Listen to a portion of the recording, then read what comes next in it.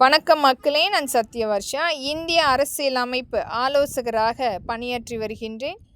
அனைத்து கட்சிகளுமே ஒரு மக்களுக்குரிய நலத்திட்டங்களை மக்களுடைய மேம்பாட்டுக்காக மக்களை அடுத்த கட்டத்துக்கு எடுத்து செல்வதற்குரிய வாய்ப்புகள் பங்களிப்பு கொடுக்க வேண்டும்.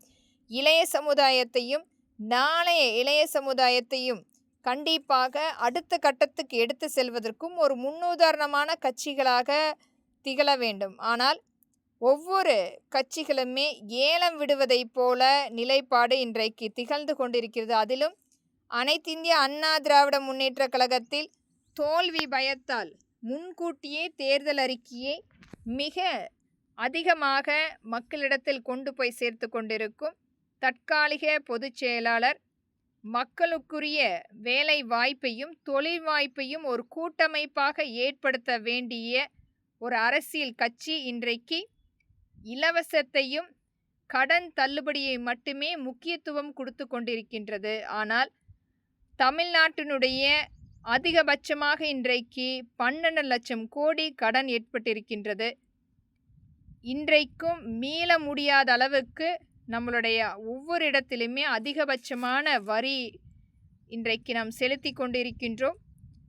மக்கள் கேட்பது வரியை முழுமையாக குறைக்கப்பட வேண்டும். மக்களுக்கு இயல்பாக வாங்கக்கூடிய விலை கண்டிப்பாக வரப்பட வேண்டும். விவசாய மக்கள் கேட்பது விலை நிர்ணய பட்டியல் மற்றும் அரசே நேரடியாக கொள்முதல் செய்யக்கூடிய சட்ட திருத்தங்கள் கொண்டு வரப்பட வேண்டும்.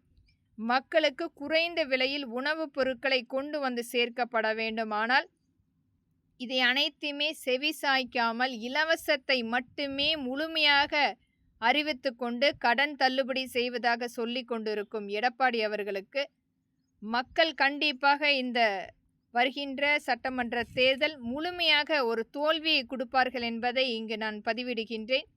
மக்களுக்குரிய நலத்திட்டங்கள் என்பது வருவாயை ஈட்டக்கூடிய ஒரு நல்ல அரசியல் அமைப்பாக இருக்கப்பட வேண்டுமானால் வருவாயை பற்றி இங்கு பேசாமல் முழுமையாக இலவசத்தை மட்டுமே கடன் தள்ளுபடியை மட்டுமே பேசிக்கொண்டிருக்கின்றார்கள். இன்றைக்கும் அந்த கல்லூரியிலிருந்து வெளியே வந்த மாணவர்களுக்கு ஒரு சுயமாக தொழில் தொடங்குவதற்கு அல்லது அவர்களுடைய வேலைக்கு எந்த ஒரு அங்கீகாரம் கொடுக்காத கட்சிகளாக மட்டுமே திகழ்ந்து கொண்டிருக்கிறது. இனி வரும் காலத்தில் மாற்றத்துக்காக காத்திருப்போம். நன்றி.